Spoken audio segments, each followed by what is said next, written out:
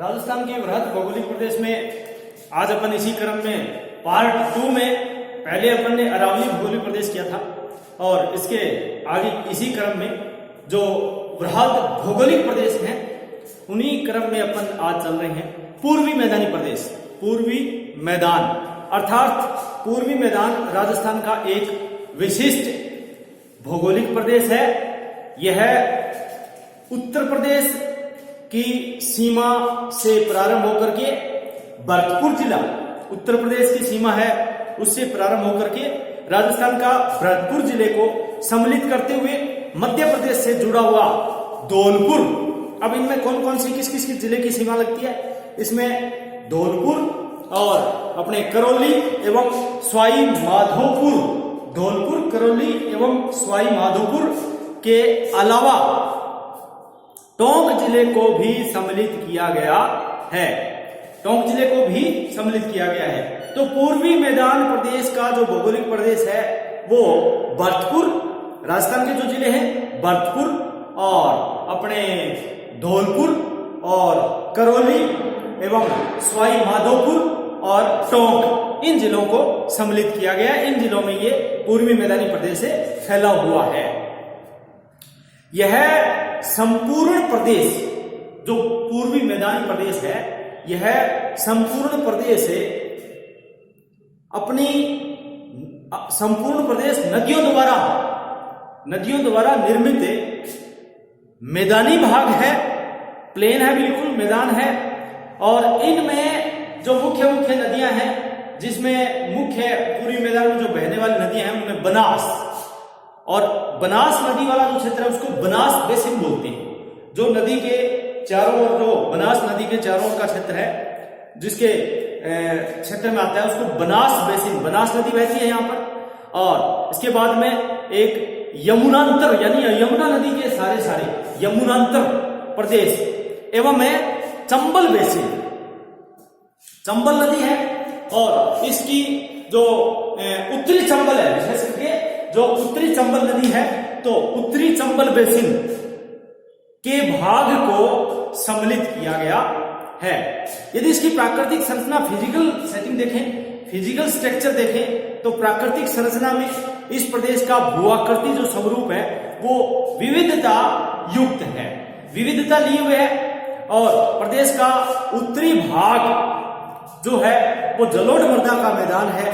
जलोढ़ मृदा है क्योंकि नदियों का जमाव है, बनास है, अपने चंबल है और यमुना नदी का जो किनारा लगता है, यमुनोत्री, यमुनांतर के सारे, तो ये जलोढ़ मैदानी प्रदेश है, नदियों का मैदानी प्रदेश है।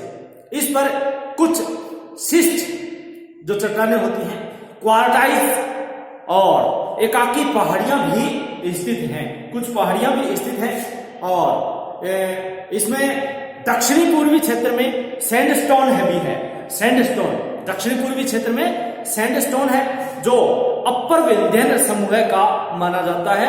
अपर विंध्यन समूह की चट्टानें हैं इसमें। और बनास बेसिन जो जलोढ़ मृदा का ये मैदान है, जो देहली की सेल, देहली क्रम की सेल, जो अपने अरावली पर्वतमाला की देहली की सेल जो कि टोंक जिले के निकट की पहाड़ियों के रूप में फैली हुई है। और साथ ही इनमें जो सवाई माधोपुर में प्री अरावली विंध्यन की जो परतदार सेलों से अपने परतदार सेलों की प्रधानता है। धरातल इसका देखा है तो धरातलीय दृष्टि से यद्यपि यह मैदानी प्रदेश है, धरातलीय दृष्टि से यह एक मैदानी प्रदेश है, परंतु सवाई माधोपुर से लेकर के और धौलपुर के क्षेत्र में, सवाई माधोपुर एवं में धौलपुर करौली वाला जो क्षेत्र है उस क्षेत्र में नीची पहाड़ियां हैं, निम्न पहाड़ियां हैं। और इनमें उत्तरी एवं मध्य भरतपुर जिला जो है, उत्तरी एवं में मध्य जो भरतपुर जिला है वो उपजाऊ मैदानी प्रदेश है, उपजाऊ क्षेत्र है जो यमुना के मैदान पर यमुनोत्तर भाग कहलाता है। और उपजाऊ जलोढ़ मृदा वाला जो क्षेत्र है वो जलोढ़ मृदा से निर्मित है, तो वो उपजाऊ एक प्रदेश है। और इस प्रदेश में जो ये प्रदेश है इसमें दक्षिणी भाग में, विशेष करके जो दक्षिणी वाला हिस्सा है, जो एक अनियमित पहाड़ियों वाला हिस्सा है, जिसमें अनियमित पहाड़ियां हैं और इनको विशेष करके जो अनियमित जो दक्षिणी भाग है उसको विशेष करके इसको एक उपनाम से जाना जाता है, जिसको डोंग क्षेत्र कहते हैं। डांग क्षेत्र कहते हैं इसको, डांग अर्थात डांग क्षेत्र, यानी कि ये डांग क्षेत्र क्या है, ये अलवर भरतपुर वाला जो एरिया है, जो नीचे दक्षिणी अरावली वाला क्षेत्र है और जिसमें अनियमित पहाड़ियां हैं, जिसमें अनियमित एक पहाड़ियां हैं, अनियमित पहाड़ियों वाला जो श्रृंखला वाला क्षेत्र है वो स्थानीय रूप से डांग क्षेत्र के नाम से जाना जाता है। कई बार पूछते हैं एग्जाम में कि डांग क्षेत्र फैला हुआ कहां पर है, तो विशेष करके अलवर भरतपुर वाला जो एरिया है इसमें धौलपुर और करौली के जो निचले हिस्से में जो अनियमित पहाड़ियों वाला क्षेत्र है उसको डांग क्षेत्र के नाम से जाना जाता है। धौलपुर भाग के दक्षिणी पश्चिम में जो पहाड़ियां विस्तृत हैं और भरतपुर के जो पूर्व में एक जो मंडहोली जिसको बोलते हैं अपने मंडहोली के नाम से अपने इसको पुकारते हैं इन पहाड़ियों को। भरतपुर के पूर्व में भी मंडहोली नाम की पहाड़ी है एक, और इसकी जो ऊंचाई है मंडहोली की वो 216 मीटर तक है। 216 मीटर की पहाड़ी है जिसका नाम है मंडहोली पहाड़ी, और ये भरतपुर के पूर्वी भाग में स्थित है। बनास बेसिन समतल मैदानी क्षेत्र है। बनास नदी का जो है वो समतल एक मैदानी क्षेत्र है, मैदानी भाग है, और इसमें सीमावर्ती क्षेत्र में जो पहाड़ियां हैं वो करौली क्षेत्र में जो ऊंची नीची जो पहाड़ियां हैं करौली क्षेत्र में ऊंचाई तथा सघन भी है। कुछ आगे चल करके करौली वाला जो हिस्सा आता है उसमें थोड़ा सा ऊंचाई और थोड़ी सघन भी है, और इसके सीमावर्ती क्षेत्र में जो पहाड़ियां हैं और कटाफटा प्रदेश भी है ये थोड़ा सा। तो धौलपुर एवं में सवाई माधोपुर के चंबल के सहारे सारे, चंबल नदी बहती है इसके सारे जो अपने मध्य प्रदेश की सीमा के सारे, तो चंबल के सहारे का क्षेत्र अत्यधिक जो कटाफटा क्षेत्र है, और इसके जिनमें अपने धौलपुर एवं सवाई माधोपुर, मुख्य रूप से धौलपुर एवं सवाई माधोपुर जिला का जो चंबल के सहारे अत्यधिक कटाफटा क्षेत्र है, उसके कटाव वाले क्षेत्र का जो भाग है उसको बीहड़ के नाम से पुकारा जाता है। बीहड़ अर्थात चंबल का बीहड़। चंबल नदी के पास में जो कटाफटा है धौलपुर और करौली वाला जो क्षेत्र आता है, विशेष करके अपने जिसमें कटा सवाई माधोपुर जिले में चंबल नदी के सारे का क्षेत्र जो अत्यधिक कटाफटा होता है, वो कटाव से उसका बीहड़ में चेंज होगी तो इसको बीहड़ के नाम से जाना जाता है। सवाई माधोपुर में रणथंभौर जो अभ्यारण्य है, रणथंभौर किला एक पहाड़ी पर स्थित है। यह इस क्षेत्र में रणथंभौर का किला है वो सवाई माधोपुर में एक पहाड़ी पर स्थित है, और ऊंचाई इस रणथंभौर की समुद्र तल से औसत जो ऊंचाई है वो 505 मीटर है। 505 मीटर ये इस रणथंभौर किले की ऊंचाई है, 505 मीटर। अब अपन इस प्रदेश में जो प्रभावित होने वाली प्रमुख नदियां हैं, भौगोलिक प्रदेश में सभी चीजों का वर्णन करता, जैसे इसमें कौन सी मुख्य नदियां हैं। चंबल यानी कि पूर्वी मैदानी प्रदेश में बहने वाली या प्रवाहित होने वाली प्रमुख नदियों में चंबल, बाणगंगा, गंभीर बोलते हैं इसको, और अपने रूपारेल और पार्वती और बनास, मोरेल, ये जो सभी नदियों के नाम हैं। मासी और सहोदरा। एक बार दोबारा दोहराते हैं।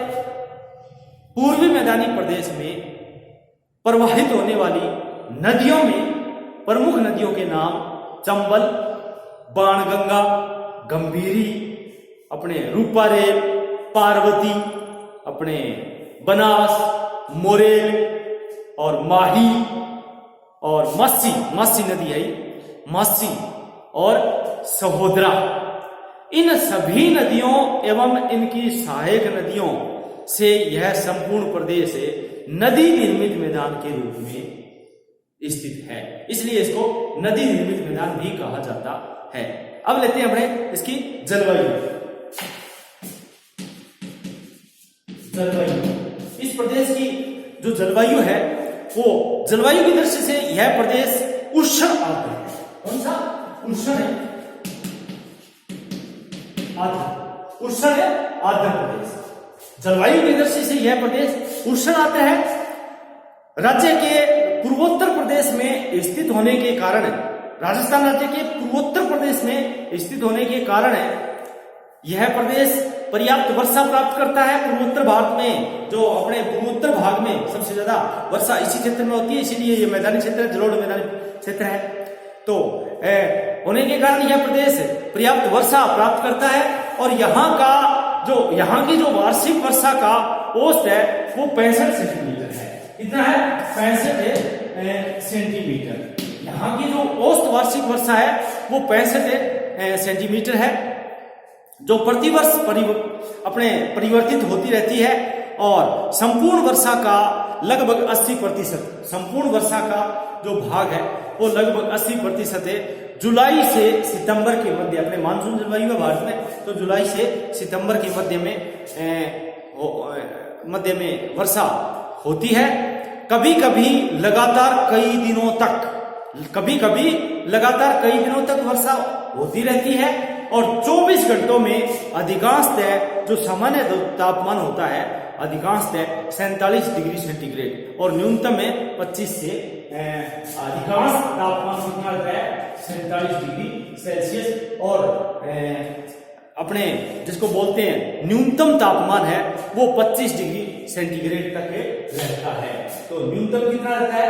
25 डिग्री सेल्सियस इस क्षेत्र का जो तापमान है। और विशेष करके जो औसत वर्षा है वो अपने जो 65 सेंटीमीटर है औसत इसकी पूर्वोत्तर भाग में स्थित होने के कारण वार्षिक वर्षा का जो शीतकाल में कभी कभी तापमान है वो 4 से 8 डिग्री भी पहुंच जाता है। 4 डिग्री से 8 डिग्री जो शीतकाल में तापमान कभी कभी इस क्षेत्र में पहुंच जाता है। सामान्यतः इस प्रदेश की जलवायु एक सम जलवायु कही जा सकती है। इसको अपने सम जलवायु भी नाम दे सकते हैं। सम जलवायु है। ग्रीष्म काल में जो धूल भरी आंधियां और वर्षा काल में जो मूसलाधार वर्षा और शीतकाल सामान्य होता है, इसलिए इस क्षेत्र को सम जलवायु क्षेत्र में या उष्ण आर्द्र क्षेत्र में इसको रख सकते हैं। प्राकृतिक वनस्पति है ना, प्राकृतिक वनस्पति। यदि इस क्षेत्र में प्राकृतिक वनस्पति को का अध्ययन किया जाए पूर्वी मैदानी प्रदेश में, तो वनस्पति में यहाँ पतझड़ वाले वनों की प्रधानता है। पतझड़ वन यानी समय के अनुसार, मौसम के अनुसार पत्ते गिरा देते हैं, इसको पर्णपाती वन बोलते हैं।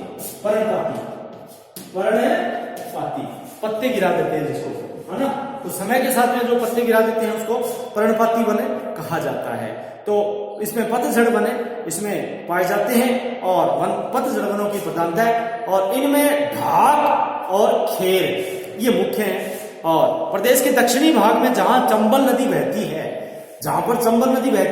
वहां पर इस क्षेत्र में मुख्य रूप से जो जिसमें चंबल का बीहड़ स्थित है, बीहड़, यहाँ पर झाड़ियां, घास और छितरी हुई वनस्पति है। झाड़ियां, घास और छितरी वनस्पति। टोंक क्षेत्र में तेंदू, महुआ, जो टोंक वाला क्षेत्र है उसमें तेंदू, महुआ और अपने गुल्लर और अपने कारा, खेर, बबुल, खेर, आम, ढोकड़ा, ये सब वृक्ष इसमें पाए जाते हैं।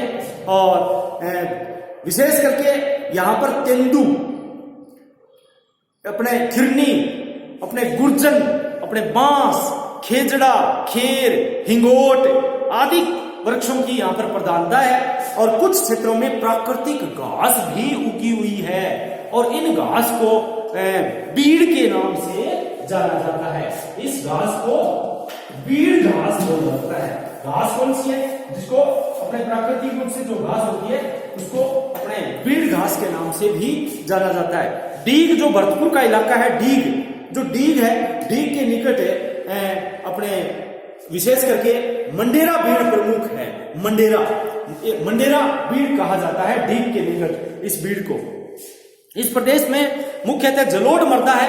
बनास बेसिन में चिकनी और रेतीली मिट्टी तथा घाटियों में जलोढ़ मृदा पाई जाती है। तो आर्थिक स्वरूप में यदि देखा जाए, आर्थिक स्वरूप में तो कृषि की दृष्टि से पूर्वी मैदानी प्रदेश एक महत्वपूर्ण, क्योंकि मैदानी प्रदेश है तो यहाँ पर उपजाऊ मैदान है, उपजाऊ मृदा है, तो पूर्व एक विशेष करके एक महत्वपूर्ण प्रदेश है यह राजस्थान में।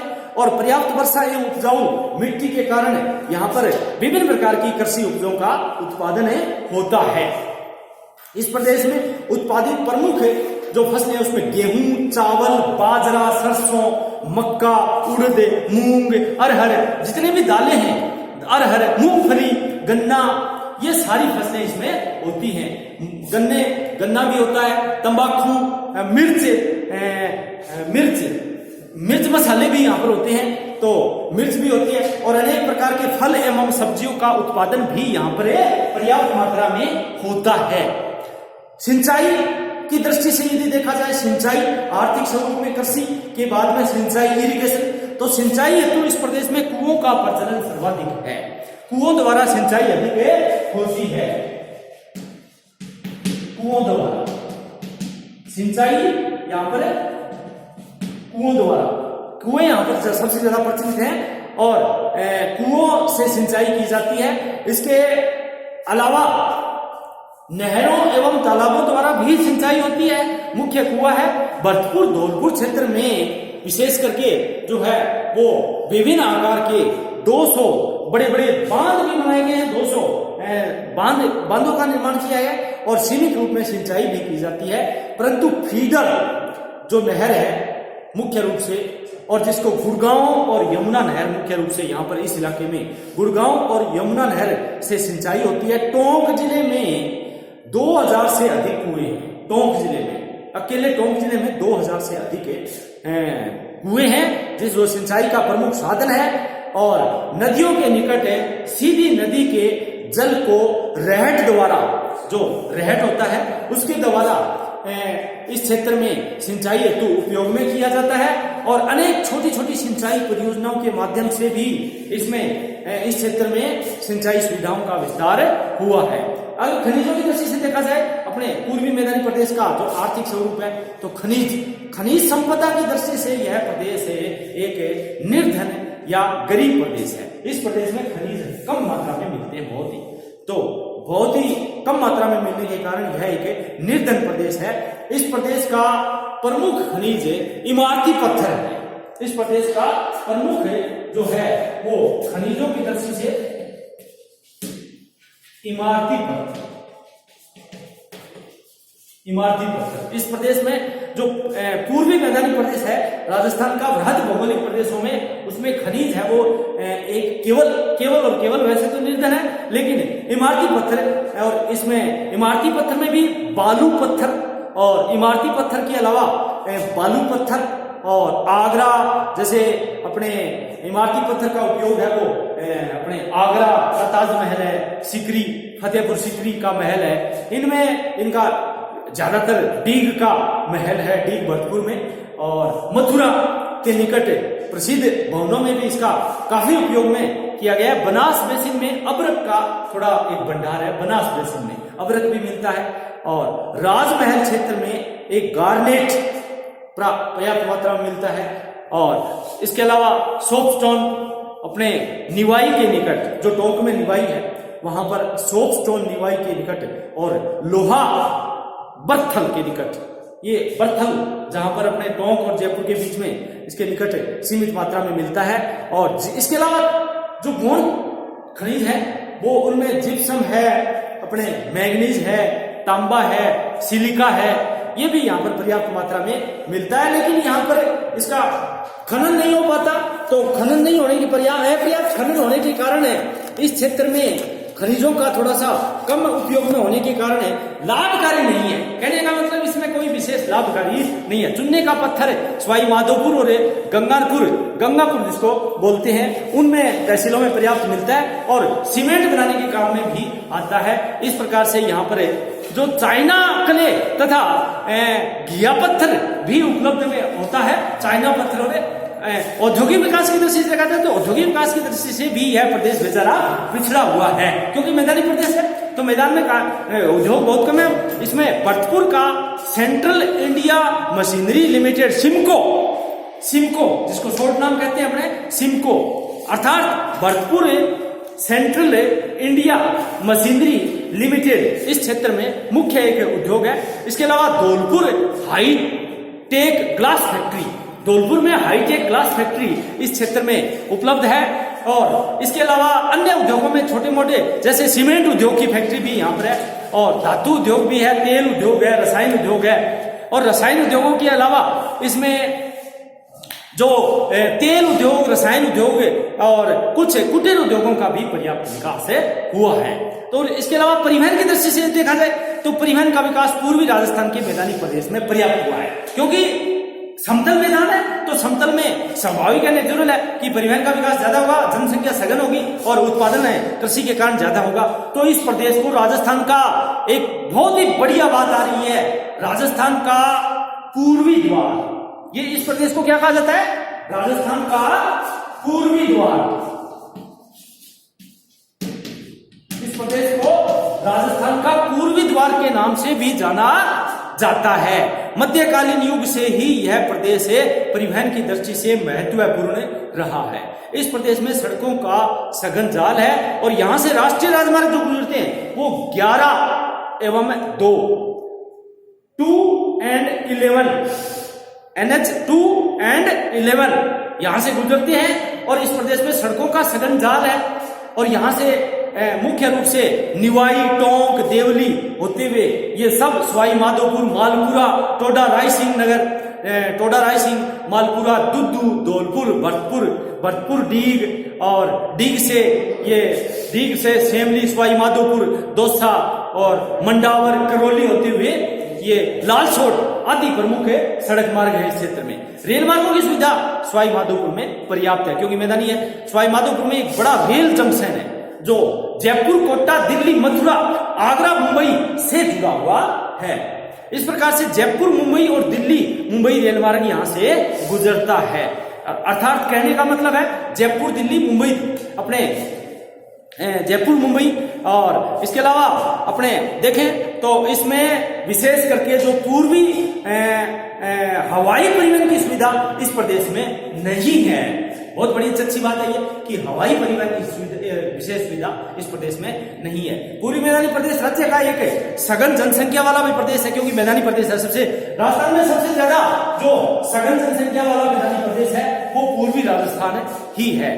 पूर्वी प्रदेश में जो सम्मिलित जिलों की जनसंख्या एवं घनत्व के अनुसार यदि देखा जाए तो सघन जनसंख्या वाला है। तो पूर्वी मैदानी प्रदेश राज्य का एक भौगोलिक दृष्टि से एक विशिष्ट प्रदेश है और कृषि पर आधारित यहाँ की अर्थव्यवस्था बहुत ही एक ठोस है, मजबूत है। खनिज सीमित होने के कारण यहाँ पर विकास बहुत कम हुआ है और परिवहन की उत्तम सुविधा है। और भरतपुर का घना पक्षी विहार, बहुत अच्छी बात आ रही है, भरतपुर का इस प्रदेश में भरतपुर का घना पक्षी विहार जो मुख्य रूप से अपने जिसको बोलते हैं अभ्यारण्य, घना पक्षी विहार और सवाई माधोपुर का रणथंभौर वन्य जीव उद्यान तथा रणथंभौर का एक अपने मुख्य रूप से जो जिला है अपने सवाई माधोपुर जिला, वो पर्यटकों के आकर्षण का केंद्र भी रहा है।